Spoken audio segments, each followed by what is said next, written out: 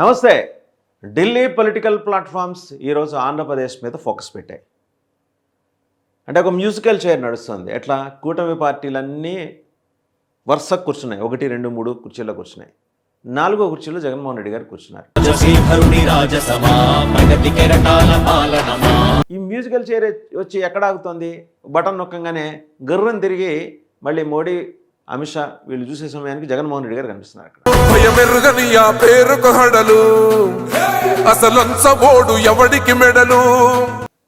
ఇది విస్తృతంగాను విస్తారంగాను చర్చ జరుగుతుంది ఢిల్లీ మీడియాలోను, నేషనల్ మీడియాలోను. చాలా పెద్ద ఎత్తున డిస్కషన్.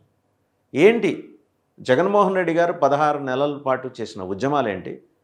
16 నెలలు దాటిన తర్వాత ఇవాళ ఆయన తీసుకున్న కొత్త సబ్జెక్ట్ ఏంటి? ఢిల్లీ చాలా సునిశ్చితంగా గమనిస్తోంది ఈరోజు ఆయన టేకప్ చేసిన సబ్జెక్ట్ని, మెడికల్ కాలేజీల ప్రైవేటైజేషన్ సబ్జెక్ట్ని. And at the same time Delhi media రాస్తున్నది ఏంటంటే, కూటమిలో ఉన్న ప్రధాన పక్షమైన తెలుగుదేశం అధ్యక్షుల వారు, ముఖ్యమంత్రి వారు చంద్రబాబు నాయుడు గారికి చాలా స్పష్టంగా చెప్పేశారు, మోడీ కానీ అమిత్ షా కానీ. ఏమని? అయ్యా, మా వరకు అయితే మేము జగన్ని ఇప్పటికైతే మేము టచ్ చేయము. ఎవడికి మెడలు ఆయనెదురుగా కొడుతున్నారు తొడలు వేసుకుంటారు రా తప్పక చెడలు. టచ్ చేయాల్సిన సందర్భం కానీ అవసరం కానీ మాకు లేదు అని వారు మరి ఏపీ సీఎం గారికి, కూటమి నాయకులకి, ఏపీలో ఉన్న కూటమి నాయకులకి చెప్పినట్టు సమాచారం. సరే, ఆ సమాచారంలో విశ్వసనీయత గురించి ప్రశ్నించే గొంతుకులు ఉంటాయి, కాదంట్లా. బట్ ఒక సెక్షన్ ఆఫ్ మీడియా కంప్లీట్గా ఢిల్లీలో ఈ అంశం గురించి మాట్లాడుతున్నప్పుడు ఆ స్పెక్యులేషన్స్, దాని వేవ్స్, దాని వైబ్రేషన్స్, ఆ వెదరు ఆంధ్రప్రదేశ్ దాకా దాని ఇంపాక్ట్ కనబడుతుంది. ఆంధ్రప్రదేశ్లో కావాలంటే మీరు జగన్మోహన్ రెడ్డి గారి విషయంలో మీరు ఏం చేయాలనుకుంటున్నారో చేసుకోండి. బట్ మా వరకు వచ్చేప్పటికీ మాకు నిశ్చితంగా కొన్ని అబ్జర్వేషన్స్ ఉన్నాయి.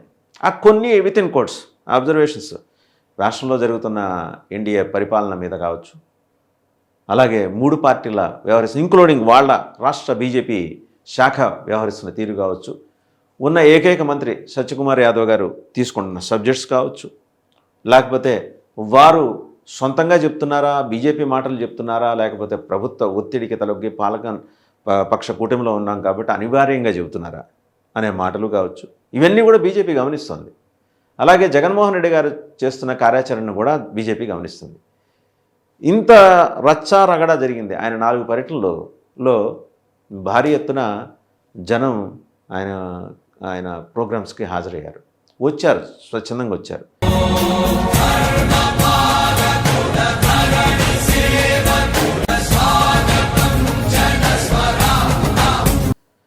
సరే, దాని మీద మనం ఉన్న 4 తీసుకుంటే గుంటూరు మిర్చాడు కావచ్చు, పొదిలి కావచ్చు, లేకపోతే రాప్తాడు కావచ్చు, చివరిలో రెంటపాళ్ళ కావచ్చు, ఏదైనా ఇన్ని కార్యక్రమాల్లో కూడా అండ్ బంగారపల్లి మామిడి రైతులు కావచ్చు, ఆయనకు వచ్చిన అపారమైన జనం నుంచి వచ్చిన అపారమైన మద్దతుని బీజేపీ గమనించింది.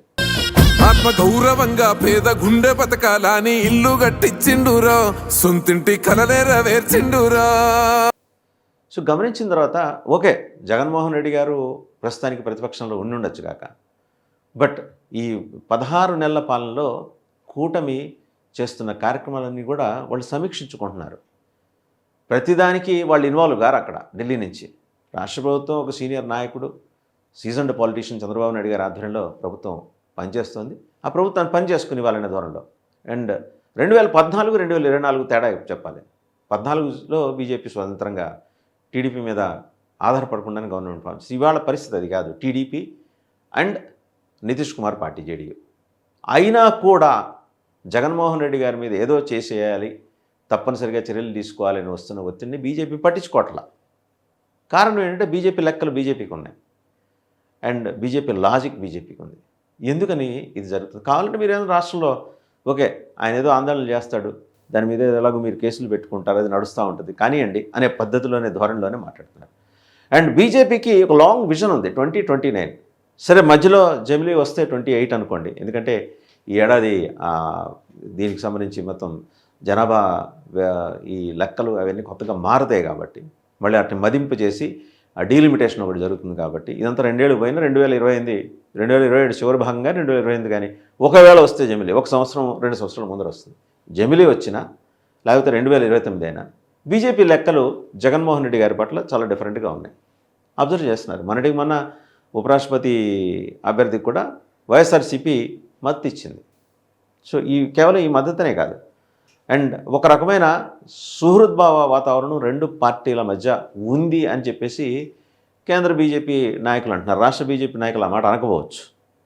ఎందుకంటే వీళ్ళకున్న లిమిటేషన్స్ ఇక్కడ ప్రభుత్వంలో ఉన్నారు. ఇక్కడ ప్రభుత్వంలో ఉన్నప్పుడు సహజంగా ప్రభుత్వాధినేత అయిన ముఖ్యమంత్రి గారి సూచన మేరకే వాళ్ళు పోతారు. అది ప్రోటోకాల్ కూడా, దాన్ని ఎవరు డినే చేయలేరు. బట్ ఒక కీలకమైన సమస్య వచ్చినప్పుడు బీజేపీ తరఫున ఉన్న ఏకైక మంత్రి, దట్టు ఆరోగ్య శాఖ మంత్రి సత్యకుమార్ యాదవ్ గారు ఎందుకు అలా మాట్లాడాల్సి వచ్చింది అనేది కూడా ఢిల్లీ గమనించింది. వివరణ తక్షణం అడిగి ఉండకపోవచ్చు, బట్ రెస్పాండ్ అయ్యే విధానంలో కొంత తేడా ఉండాలి. ఎస్, చెప్పుకోవచ్చు సత్యకుమార్ గారు ఇలా 4,950 కోట్లు మాకు అదనపు భారం పడుతుంది.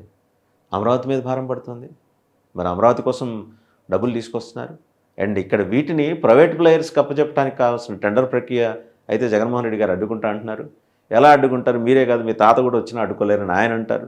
సరే, ఈ మాటల యుద్ధం పక్కన పెడితే అడ్డుకోవటం అనేది వాళ్ళకి కొత్త ఏం కాదు. అది ప్రజా ప్రయోజనాలకి భిన్నంగా ఉండే పని అయితే దాన్ని ఆమోదించరు ఎవరు.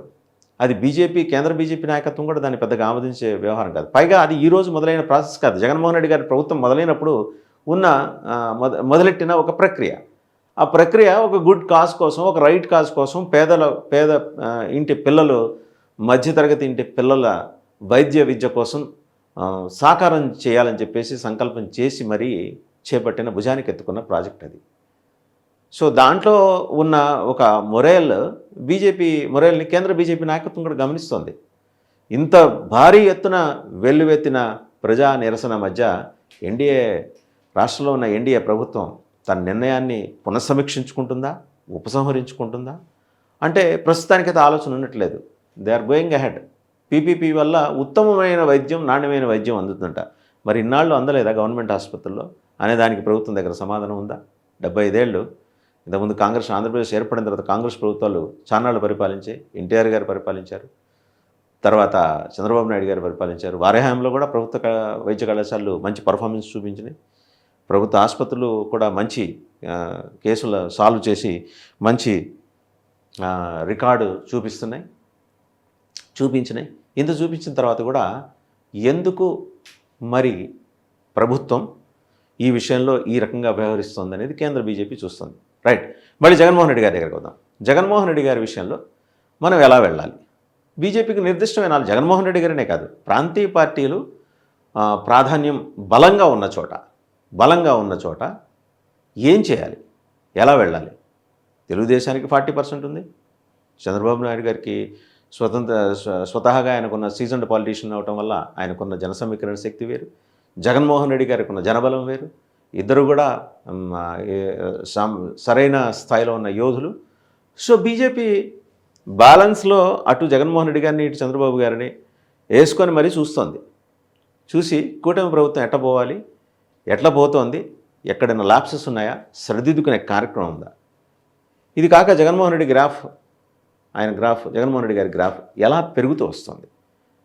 సో ఇన్ని లెక్కలు, పాస్వాన్ కుటుంబంతో ఉన్న అనుబంధం, అలాగే దివంగత నేత అజిత్ సింగ్ ఉత్తరప్రదేశ్ వారి కుటుంబంతో ఉన్న అనుబంధం, అలాగే వివిధ రాష్ట్రాల్లో ఉన్న ప్రాంతీయ పార్టీలు, జాతీయ పార్టీ పేరు పెట్టుకున్నా సరే ప్రాంతీయ పార్టీ స్థాయికే పరిమితమైన పార్టీల నాయకులకు ఉన్న ప్రాధాన్యం, ఇన్ని లెక్కలు ఉంటాయి. బోల్డ్ పర్మిటేషన్స్ అండ్ కాంబినేషన్స్ అంటారు, వీటిని ప్రస్తారాలు, సంయోగాలు అంటారు. సో బీజేపీకి నిర్దిష్టంగా స్పెసిఫిక్గా జగన్మోహన్ రెడ్డి గారి పట్ల ఉన్న దృక్పథం వేరు. అది 2029కి టోటల్ క్లౌడ్స్ క్లియర్ అవుతాయి. జగన్మోహన్ రెడ్డి గారి ఎలివేషన్ డిఫరెంట్గా ఉండబోతోంది.